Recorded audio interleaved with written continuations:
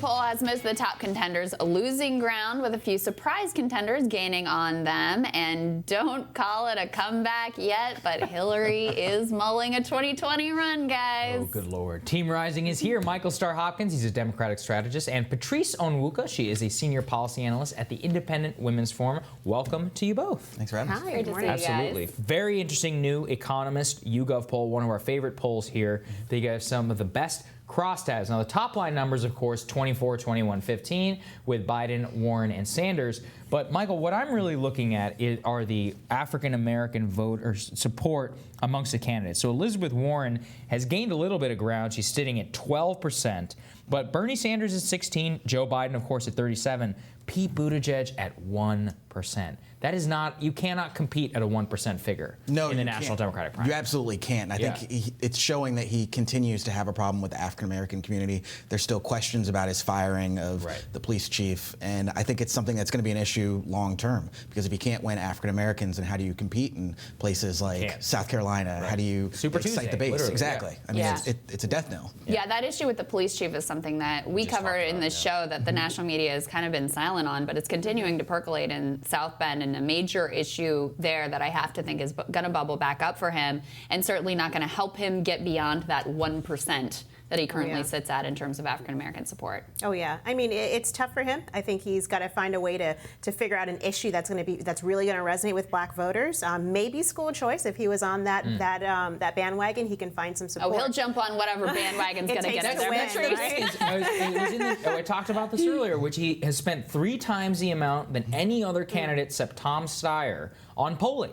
And yet, I mean, look, his minority support is just like nothing. He's got only 5% among Hispanic voters, 1% amongst Black voters. He's not in the every other top tier candidate is in the double digits. Yet, I mean, the media is treating this guy as if he's the son of Iowa, right, Michael? I mean, and even that, we were talking about this earlier. The poll that showed him at 13%, massively oversampled young voters. Does he have a real shot in Iowa? What do you think? You know, I will say he's got a good ground game, and I think anything can happen in Iowa, so he certainly has a shot. But I think the fact that he's done so much polling is what's frustrating to a lot of the actual moderates in the field, because, you know, if you look in February and March, he was talking a lot about expanding the court, doing a lot a lot of radical things. And now he's kind of repackaged himself. I liked that version better. Is this moderate? You know? Is this moderate? Like, where did he go? He's a fake moderate. He's everything to everyone. And this is what's so funny to me is normally in the primary, like, you shift to the left to try to like win the base, and his strategy is like to become more lame. And I don't really understand that. I think I've thrown this out here before on your show. Maybe he's running for vice president. Maybe he's carving out a nice little space on a VP ticket, potentially with Biden. Now you got 2 white guys on the Democratic ticket. That's not gonna happen. But he is openly gay. He's very Christian,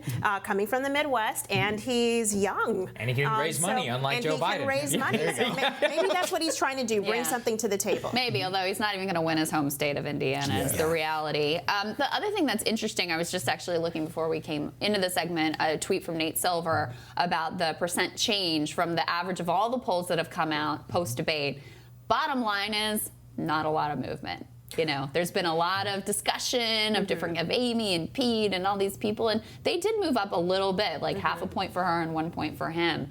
But overall, not a lot of change post-debate. I will say, though, change we've seen for the negative has been in the Harris camp. I mean, you've seen her drop, 6 points in South Carolina, and it kind of almost tie a nice line or a direct dotted line to Elizabeth Warren. So it seems like, you know, unless Senator Harris finds can get some sort of Hail Mary pass, whatever football analogy or sports analogy you want to find. But unless she finds a way to figure out her identity, come out with something really shocking and interesting, I think her days are numbered. She's absolutely done. Warren's gain has been her loss. There's just no doubt. And the second-tier candidates, I think the movement in their numbers has been kind of the more important thing, because it's put them on the debate stage for the next debate.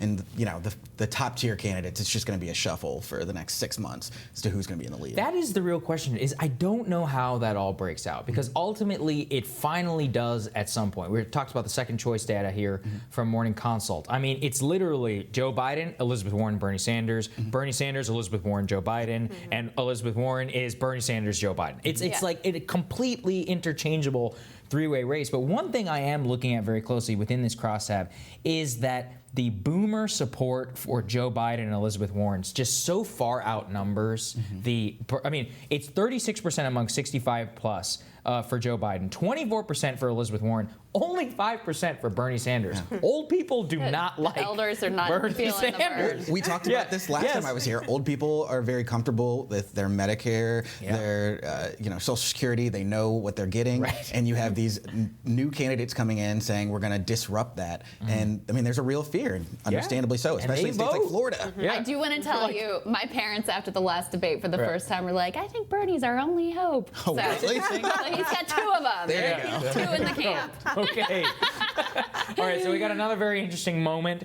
Hillary just will not go away, and neither will Philippe Reines, it seems. He was on Tucker last night. He unblocked me. Congratulations. Congrats, he unblocked me too, actually. There you go. All right, so he was on Tucker last night, said day. something pretty interesting. Let's take a listen. What I just said and what we're hearing is true, that if she thought she was the best position to beat Donald Trump, she'd get in the race. She's not. I would take issue with the Macedonia part, but other than that, she ran for president because she thought she would be the best president. If she still thought that now, if she thought she had the best odds of beating Donald Trump, I think she would think about it long and hard. I know so she's not. She hasn't foreclosed the possibility. I guess she has not. That's what I'm saying, Sue. Ooh, she has not foreclosed the possibility, Michael. What as a strategist, what advice do you have for her? I was on the Hillary campaign in 2016, so I have a lot of respect for her. Yeah. But she has to put this to bed. The idea that she's going to run for president or even dipping her toe into it, it's not helpful to the Democratic Party. It kind of gives voters an off-ramp. It just, she has to stop. And I think, people who are supporting her and kind of making this a bigger thing, it's unhelpful. And they have to put into it. And here's the thing for me, too, like Sagar was saying, the voters are happy with their choices. Yeah. They've got Biden and Warren and Sanders. It's an ideological spectrum. They've got the Obama nostalgia if they want it. They've got the sort of change, but within the system, they've got the more revolutionary change. If they move from one candidate, they're looking at the other two. So it's only this sort of like small elite donor class that's still searching around and dissatisfied with the options that are on the table. Yeah, I'm guessing everybody saw Judge Judy says she's not satisfied and she wants oh, well, I didn't know that. That changes everything. To your point about this elitist class. There you go. I mean, but here's the thing with Hillary Clinton. She thinks she can do a do-over of 2016 and win. She feels like, listen, I won the popular vote. Obviously, I would get everybody plus more this time around. I looked at not just her favorability, but do people respect her? She used to be the most respected woman, according to Gallup, every year from 2011 going forward. That stopped in 2016. Now she's like maybe 5% of people would name her as the most respected. And I think it's because she's damaging her own brand by holding on to this grudge from 2016 and the bitterness against anybody who supported Bernie Sanders. Like the Tulsi Gabbard back and forth. It was so undignified. nasty. It was nasty. Yeah, I mean, it's classic Clinton machine. I mean, usually what they do is they leave it to their underlings to go out and smear people. For her to go out there, I mean, it really does damage her own. It's a great gift to Tulsi Gabbard. I mean, the worst thing Democrats could do, though, is relitigate 2016 in 2020. Having a rematch of Hillary Clinton versus Donald Trump would be a nightmare for so many reasons. Well, I mean, the one thing I will say, if she got in, I think that would take away from Biden's support, probably. I mean, it would probably drop him. It might take away from Elizabeth Warren's support somewhat as well. So it would now you just definitely shake up the field. It would totally fracture the field. So it would be interesting, but I don't think there's a large constituency. Conservatives, bring it on. Republicans are all praying. No surprise that Tucker would be the one that's pushing this forward. All right, we're sticking with us. We're going to be right back.